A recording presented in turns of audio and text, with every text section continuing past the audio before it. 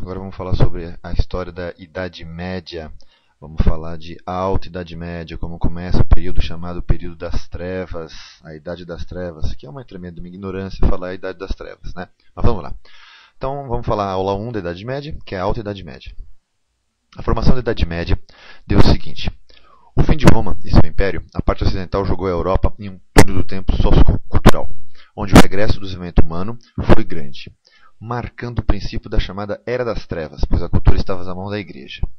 Ou seja, quem colocou o nome de Era das Trevas foi o pessoal do Renascimento, que era antropocentrista. E eles eram contra o pessoal da Igreja, que era teocentrista.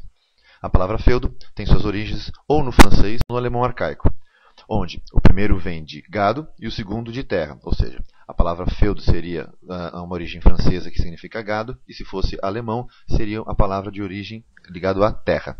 Ainda a origem do latim foedum, que era a relação entre os colonos e os donos das vilas, que são as fazendas. Ou seja, os colonos seriam o pessoal que trabalha no campo, os donos das vilas seriam os donos desse campo, dessas fazendas.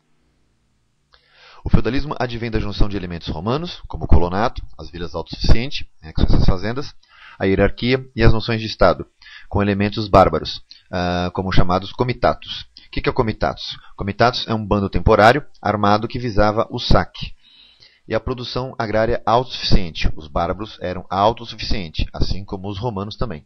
Isso deu a característica forte na economia, que era voltada para o feudo, com uma subsistência marcante.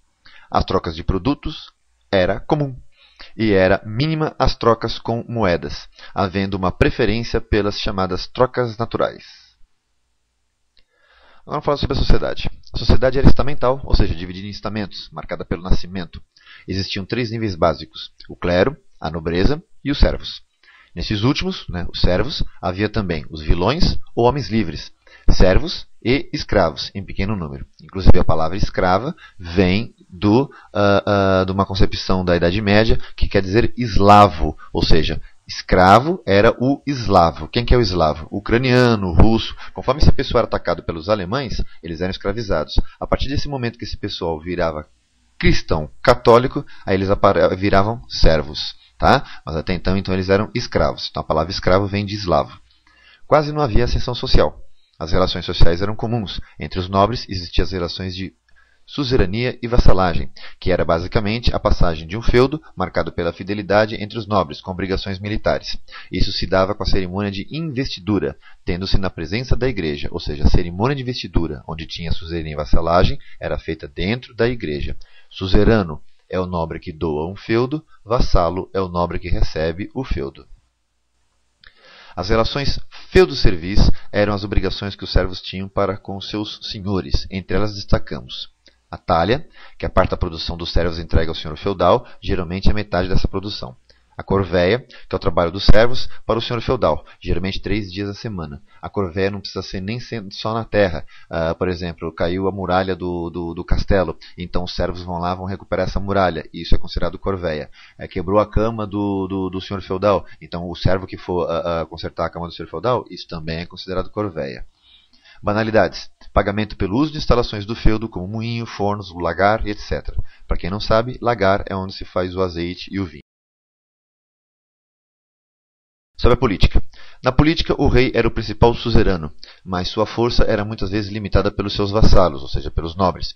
Um senhor feudal, ao mesmo tempo que fosse vassalo, poderia também ser suzerano de alguém. Por causa disto, a política era descentralizada, onde até os papas disputavam poder que permeava entre 3 esferas distintas. Quais são essas 3 esferas da política medieval? O poder local, que é exercido pelo senhor feudal, o poder nacional, que é o poder do rei, ou poder real, e o poder universal, que é o poder do papa, ou papal. A igreja era forte no período, afirmava-se constantemente que seu poder advinha de Deus. Homens e mulheres que escolhiam devotar suas vidas à cristandade tornavam-se monges e freiras. Na maioria das vezes, acabavam por entrar em mosteiros ou conventos. A primeira ordem monástica surgiu com um cara chamado Bento de Núrcia, em 529 d.C. A vida do clero era regular. Essa vida desse clero era o clero regular. O clero regular quer dizer que ele é regulamentado pelo cumprimento de determinadas ordens, sendo essas muito rígidas para os padrões comuns. A cultura estava concentrada nas mãos dos clérigos, que formavam bibliotecas, preservando assim muitos conhecimentos. Segundo algumas informações que a gente tem, cerca de 97% da população europeia da Idade Média, da Alta Idade Média, era analfabeta. Na Alta Idade Média, não era um período tão obscuro quanto se pensa. Nós temos a história de vários povos do período, entre eles os francos, os bizantinos e os árabes. Então agora vamos falar sobre os francos. A queda do Império Romano fez aparecer no cenário europeu vários reinos bárbaros de pouca importância. O principal, possivelmente, foi os francos. Eles dominavam a Gália, que é a atual França, antes da queda do Império, durante as ondas invasoras e tentaram ficar fora dessas lutas. Com o natural fim das vagas, ou seja, as ondas de invasões germânicas na Europa Ocidental, ocorreu a formação do Reino dos Francos, com um cara chamado Clovis. Desejoso de um maior controle de seu povo, batizou-se, ou seja, ele virou cristão, assim como suas tropas, visando agradar a maioria cristã do seu reino. Ou seja, o Clovis virou cristão, não foi nem por causa da esposa dele, chamada Clotilde. Foi mais por causa de quê? Para ele conseguir dominar toda a Gália, onde a maioria da população da Gália era cristã. Também foi com ele que teve início uma dinastia, a dos Merovingios, porque dizem que os Merovingios teria vindo de um cara chamado Meroveu. A falta de zelo pelo poder e a sua vida de prazeres fúteis criou uma série de reis chamados de indolentes, ou seja, os reis indolentes, deixando o poder aos prefeitos de palácio, ou majordomos. A constante concentração de poder em suas mãos fez com que um desses majordomos, um cara chamado Carlos Martel, os italianos chamam ele de Carlos Martello, após a Batalha de Poitiers, em 732 contra os árabes, tomasse o poder deixando o poder ao filho dele, chamado Pipino, que é conhecido como Pipino Breve. Ele é Pipino Breve porque, segundo consta, ele era baixinho. Para a coroa. Visando o apoio da igreja, foi doado o patrimônio de São Pedro, um conjunto de terras na redondeza de Roma que se transformou no centro da atual Itália. Um detalhe, esse patrimônio de São Pedro seria um testamento que São Pedro teria deixado, dizendo que as terras de Roma pertenceriam à igreja. Ou seja, o São Pedro foi crucificado de ponta cabeça, lá em Roma, e ainda teria feito um testamento dizendo que Roma seria da igreja católica. Ou seja, totalmente improvável. Dizem que até na época o pessoal sabia que o tal do testamento de São Pedro era uma falsificação. Sobre os francos ainda, deu-se início à nova dinastia, a dos carolíngios. Por quê? Por causa do Pipino o Breve. Sendo o seu nome mais famoso o de Carlos Magno, que foi coroado o primeiro imperador da Idade Média, no Natal do ano de 800. Seu reinado foi propício à criação de escolas, difusão da arte e da história, ficando esse tempo conhecido como Renascimento Carolíngio. Mas, com sua morte, tudo isso teria um lento fim. Seus netos disputaram poder e acabaram por dividir o império em 3 partes.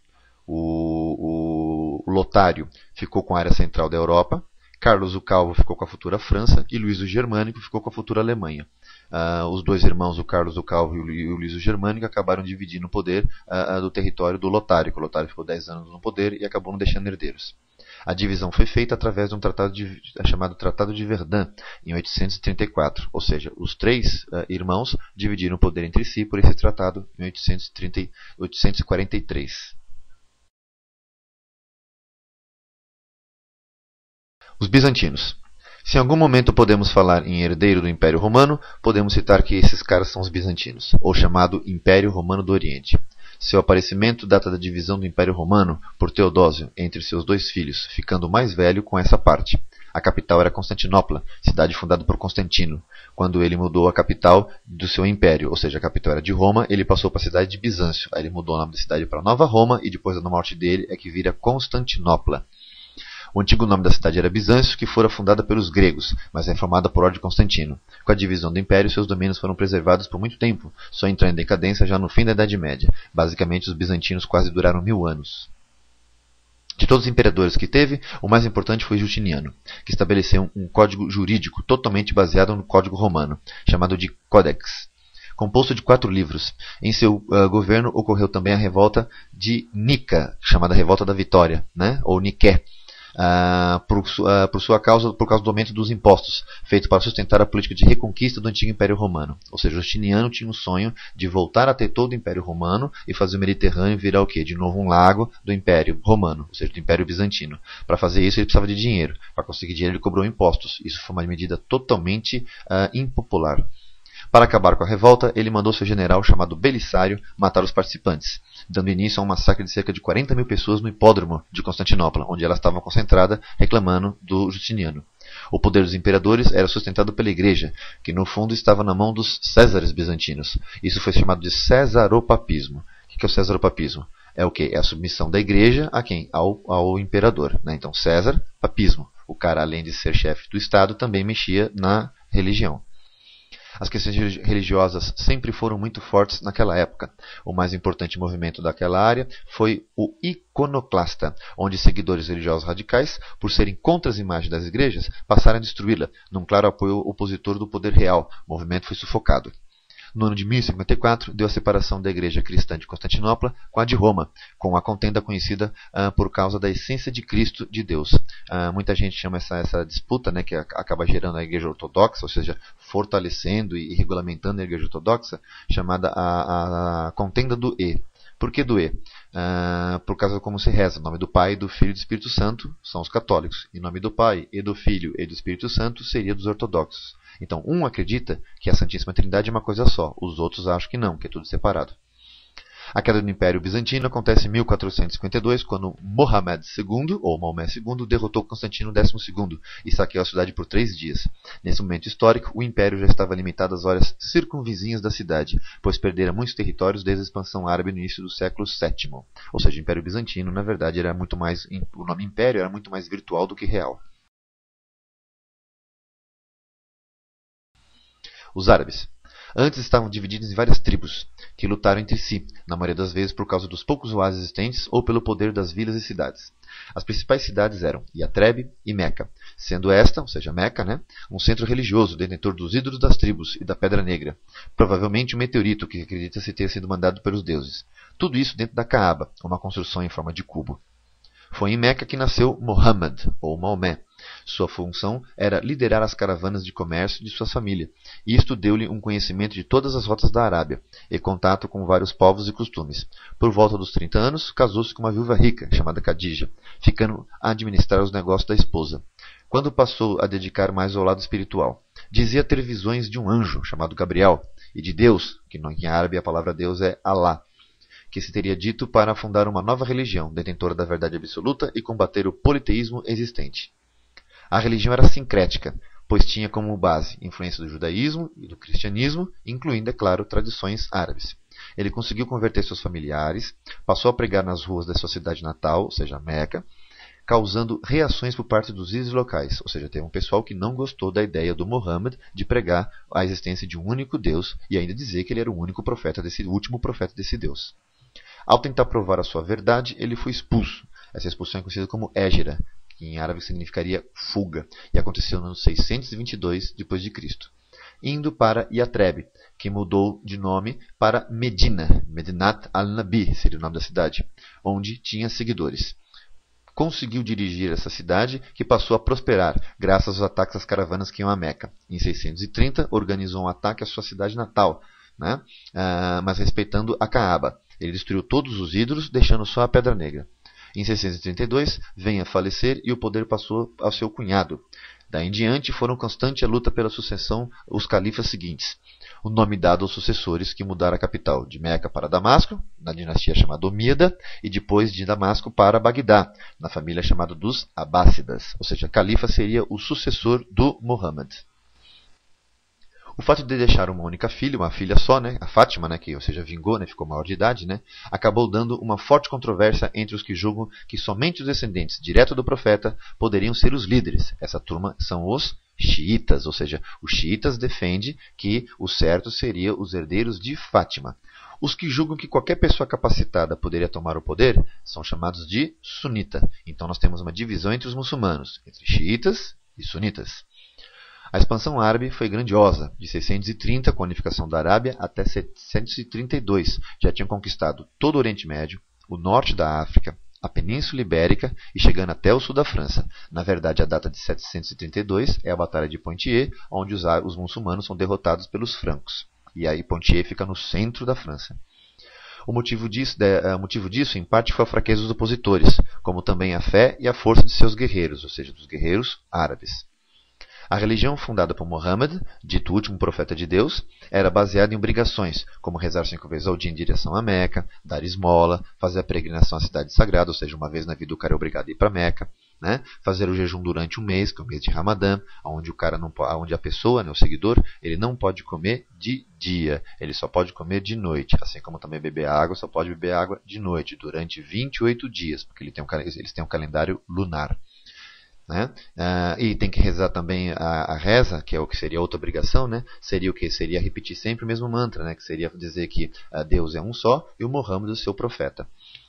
Muitos consideram a guerra santa, que é o jihad, né? Lutar em nome de Deus, também como o quê? Como uma das obrigações, né? Mas os muçulmanos hoje em dia falam que não, que isso não é. A jihad não seria uma das obrigações. Os muçulmanos têm proibições. Entre as proibições, não pode beber álcool, né? E nem comer carne de porco. Na verdade, não só não pode beber álcool, como não pode tomar nenhuma substância que altere sua consciência. Os muçulmanos falam que se você está bebendo alguma coisa, fumando alguma coisa que te deixa com a consciência alterada, isso facilitaria a entrada do demônio de você fazer besteira. Então não pode beber nada de álcool e nem usar nenhuma coisa que te altere sua consciência.